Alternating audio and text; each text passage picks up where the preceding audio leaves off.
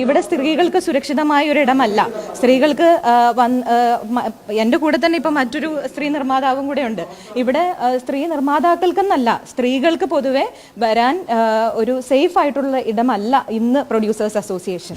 അങ്ങനെയില്ല, ഇത് അങ്ങനെ ഒരു മതത്തിന്റെ ഭാഗമാക്കേണ്ട കാര്യമില്ല. ഇത് ഇപ്പം ഞാനൊരു ക്രിസ്ത്യാനിയാണ്, അപ്പോൾ ഇത് ബൈബിളിൽ സാറ ഇട്ടിരുന്ന വേഷവും കൂടിയാണ്. അപ്പോൾ അത് നമ്മുടെ പള്ളികളിൽ പോകുമ്പോൾ ഞങ്ങൾ ഇങ്ങനെ തന്നെയാണ് പോവാറ്. പ്രത്യേകിച്ച് ലിസ്റ്റിൻ അതിനെ കളിയാക്കി അത് എന്താ പറയുക, ഞാൻ ഒരു പൊതുമാധ്യമങ്ങളിൽ അങ്ങനെ പറയാൻ പാടില്ല. അത്രയും മോശമായിട്ടാണ് ഒരു പുരുഷൻ മോശമായി പെരുമാറി എന്ന് പറഞ്ഞപ്പോൾ ലിസ്റ്റിൻ സ്റ്റീഫൻ അത്രയും മോശമായിട്ടാണ് അവരോട് പ്രതികരിച്ചത്. ഇങ്ങനെ ഒരു എന്താണ് പർദ്ദയിട്ടൊക്കെ ഒരു പത്രിക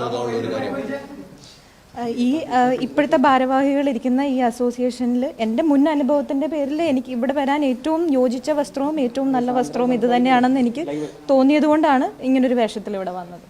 പിന്നെ എൻ്റെ പ്രതിഷേധത്തിൻ്റെ ഭാഗവും കൂടി ആയിട്ടാണ് ഇപ്പോഴും ഞാൻ ഒരു ഗൗരവകരമായ ഒരു കുറ്റം ആരോപിച്ചിട്ട് അത് പോലീസ് കുറ്റപത്രം കൊടുത്ത് കോടതിയിലിരിക്കുന്ന പ്രതികൾ 4 പേരെ പ്രതികളാക്കി പോലീസ് കുറ്റപത്രം കൊടുത്തിരിക്കുകയാണ്.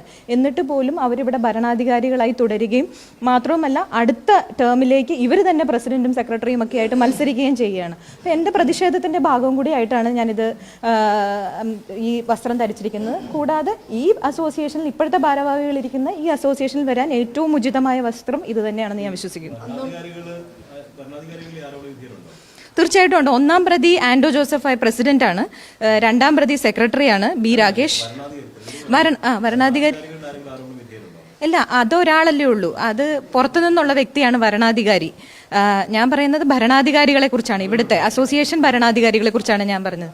അസോസിയേഷന്റെ ഇപ്പൊ ഇലക്ഷൻ ഭരണാധികാരി എന്ന് പറയുന്നത് പുറത്തുനിന്നുള്ള ഒരു വ്യക്തിയാണ്, ഒരു അഡ്വക്കേറ്റ് ആണ്.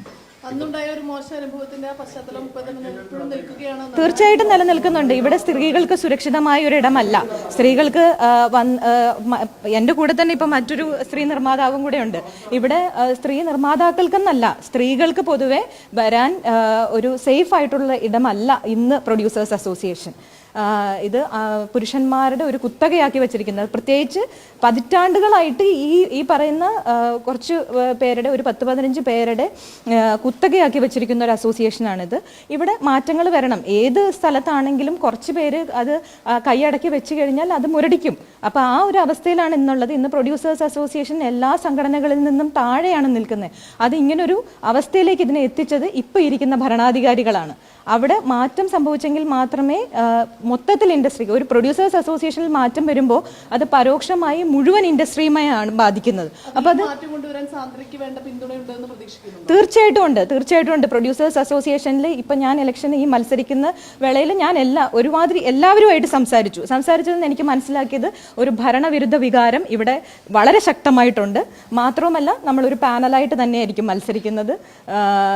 ഇത് മാറ്റം വരേണ്ടത് അനിവാര്യമാണ്. അത് എല്ലാവർക്കും, ഇത് ഈ നിർമ്മാതാക്കളുടെ സംഘടനയിലുള്ള എല്ലാവർക്കും ബോധ്യമുള്ളൊരു കാര്യമാണ് ഇവിടെ ഒരു മാറ്റം വരണം എന്നുള്ളത്.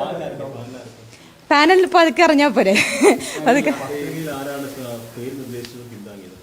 അത് എൻ്റെ പേര് നിർദ്ദേശിച്ചേക്കുന്നത് എൻ്റെ ഫാദർ, ഇവിടുത്തെ ഒരു പ്രൊഡ്യൂസർ തന്നെയാണ്. 2ാമത് ചെയ്തിരിക്കുന്നത് ഷീല ചേച്ചിയാണ്.